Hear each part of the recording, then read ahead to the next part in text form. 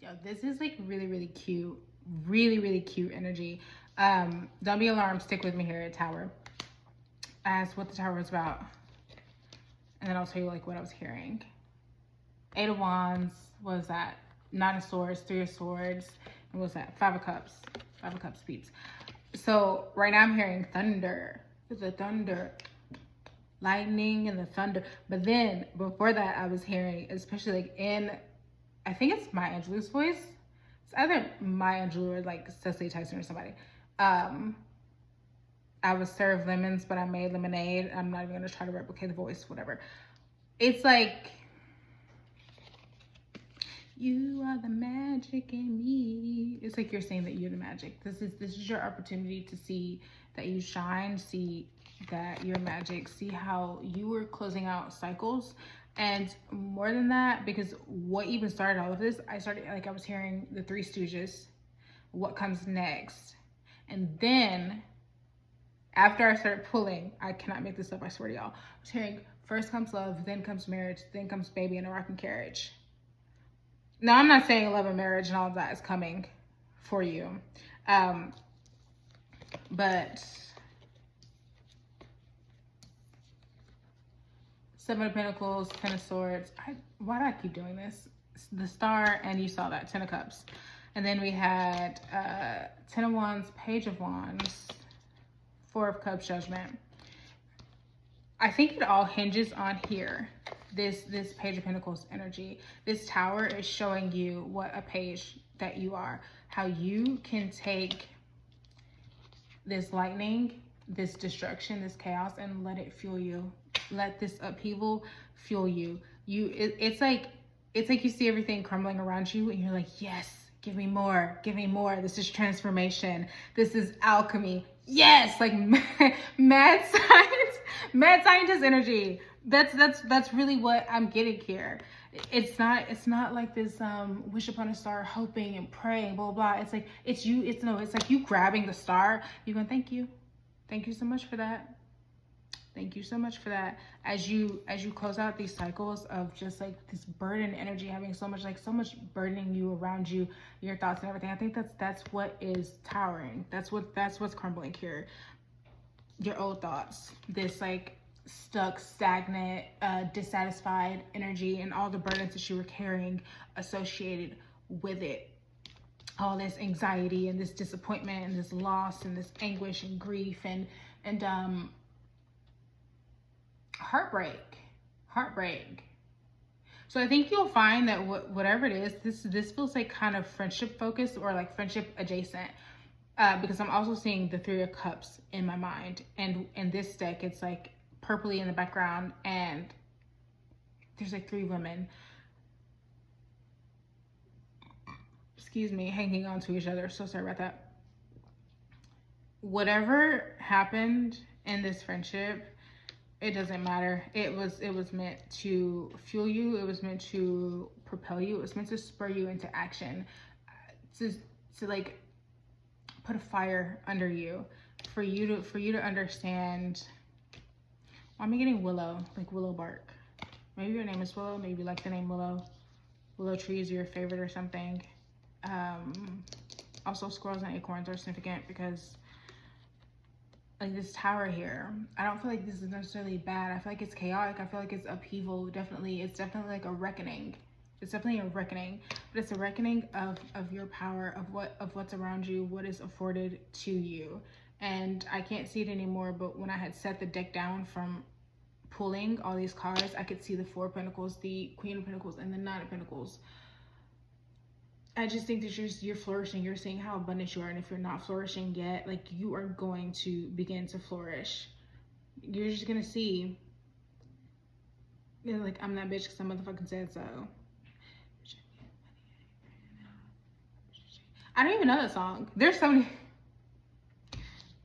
many songs I don't even like know, but I like know the words to, which feels relevant. It's like you don't know what's happening. You don't know why this is happening. But you just know that, especially here with Page of Wands here, it's like you know the beat of the drum that you are going to be playing, stepping out on, whatever, like dancing with, Like, you can't hear it, but you know it, like the rhythm of your own heart, because you're stepping into your heart, closing out this cycle, stepping into your heart, and deciding what it is that that gives you that fairy tale romance like ending. And hey, that could just be you. It doesn't have to be someone else. It doesn't have to be that. Now we can see if there's someone else attached to it. I did just do a love reading, but I like this just feels more like you focused, and that the Tower did not come out.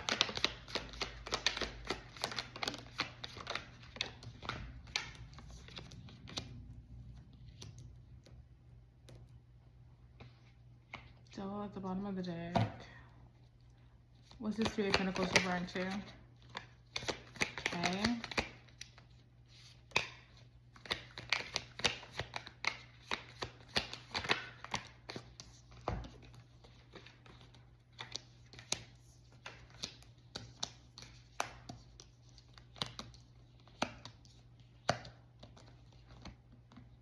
I'm not gonna drop it this time, I swear. Seven of Cups, High Priestess, King of Cups, Page of Cups, the Sun. In short, closing it out along with Three of Pentacles. Oh, did I show you the other ones? Three of Pentacles, Five of Pentacles, Page of Swords. What I'm hearing is sunlight. And here it goes. This beautiful, beautiful card. I think you're gonna find your community. You're gonna find those people that are for you, right? The sisterhood that you are looking for. But I think in the meantime, you had to, the connection, the trust, the vulnerability, the partnerships, the intimacy that you're looking for. But I think at first you had to see that you were surrounded by some bums. Hate to say it like that. You had to see that you were surrounded by some bums. Hate to even classify people like that, because we're all human, but you were surrounded by some people who didn't have your best interests at heart. And now you see that, and now you see that you are your own joy. You are the music in you, and that you don't need a path. You don't need anyone around you. You create your own light, because you are sunlight. And if nothing else, if you take nothing else from this, just you are your own sunlight. Your love is sunlight. Your love is like a kiss from the heavens.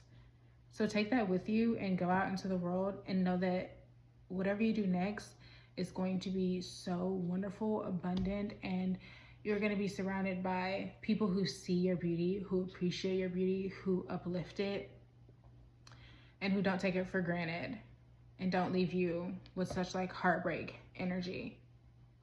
But also remember that it starts with you. It starts with that Tower moment. It starts with you needing to see that, hey, I'm selling myself short here. I'm undercutting myself.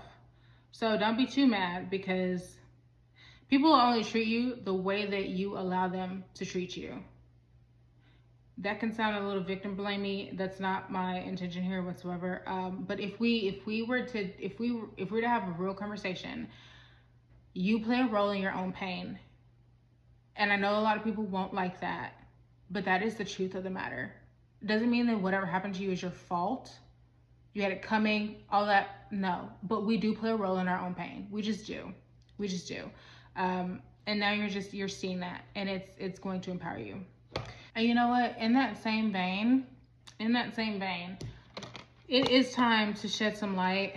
Ten of Cups, the Sun, Ten of Cups, Seven of Swords. It is time to shed some light on how it is that we deceive ourselves in telling ourselves that we don't have what it is that we want, need, desire to like make us happy, right? Or that what is gonna make us happy is being like alone. I'm hearing Decepticons, Autobots, a symbol. The structures that you put in place within your mind, the towers that you build within your mind, it's time to shed light on them. Like let's cast a full light on them. I'm hearing like full spectrum. And look at the broader picture, but like look at the entirety of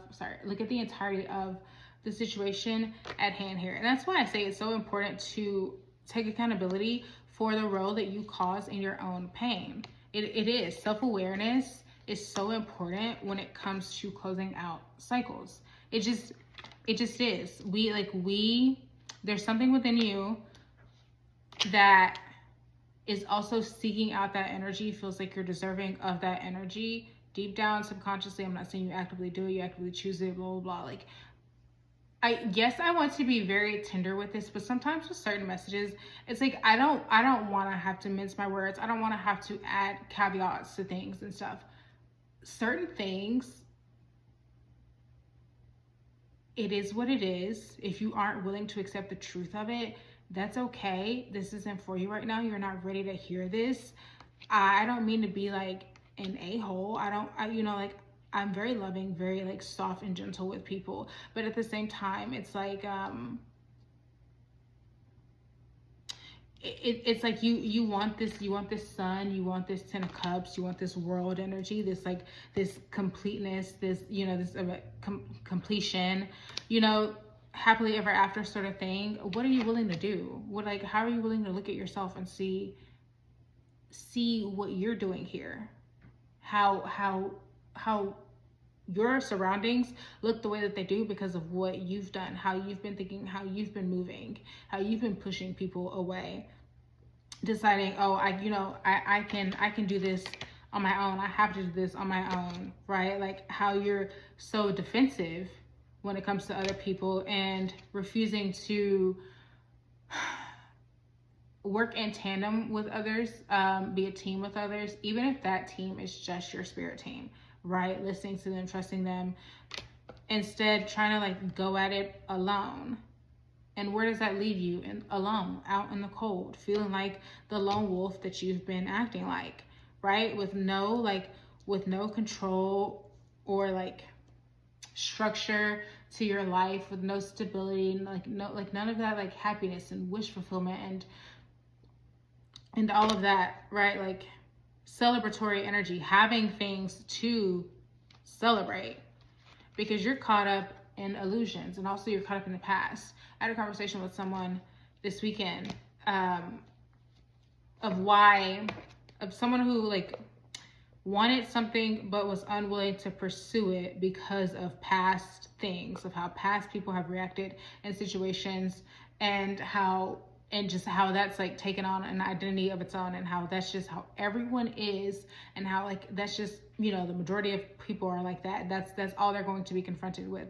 And I said, well, yeah, of course. I mean, you're putting that energy out there because you are staying stuck in the past. You are not opening yourself up to believe or to feel like that people can be different. You only think that people are one way, so you're going to continuously be shown that. And you're going to continue to feel like this one avenue of your life is out of your control, that you have no say over it, when really you can take control over it. You can decide, hey, this is my ship. I decide what goes on here. Ship as in your life. I decide what this looks like. But it just requires you to like put at ease the things of the past. Put it to rest. Let it to rest. And honestly, again, like see your role in it. Because even with that person, I'm like, dude, there are so many ways that you react. Like it's like they wanted a specific thing, and I won't get, obviously I'm not getting too in depth about it because it's someone close to me, and I'm not gonna put their business out there, but it's relevant. I'm like, there are things that you've done, there are things that you still do that contribute to why you feel this way, how you act in everything, and you're unwilling to confront that. You're unwilling to do anything about it. Because also on that, there is, why am I getting Christina Yang in my head when she was talking to Meredith about like being aware of your crap and actually doing something about your crap? Two vastly different things. So I mean, you can continue to like whine and pout about how life isn't fair and how you got dealt like a short hand or whatever, a crappy hand, whatever it is. Or you can, see the magic that you are. Understand that at the end of the day, we are on a floating rock in space. Everything about our existence is literally magic, which means we can harness that magic because that's energy and we are energy. And that's all. And to be honest, like, again, like, yeah, I'm being a little like harsh and no nonsense. I don't even think I'm being harsh, but some people might consider it harsh. I am being a little no nonsense. That's because I've literally Hello, I've been in this position. Me a year ago, me a year ago would be so pissed off at me saying this now. Like if someone said this to me a year ago, I'd be pissed off. I've been very candid about that. So yeah, so it's just like I can move past it. You can move past it. It just takes being aware. It just takes understanding like, hey, I'm letting this happen. I get to decide. I am the creator of my own reality. Life looks how I want it to look. And if somebody calls you selfish, well, oh damn well, I'm selfish. I'm thinking about myself. I'm prioritizing my own happiness. Whoop-de-doo. Because what they gonna do? Who gonna beat your ass? Like, who gonna beat your ass? Like, let's just be so for real. We're adults here. Like, and this is for my adults, right? Like, people going through their Saturn return, feeling like they're getting their, like, knocked around from Saturn. You can do something about it. You can do something about it.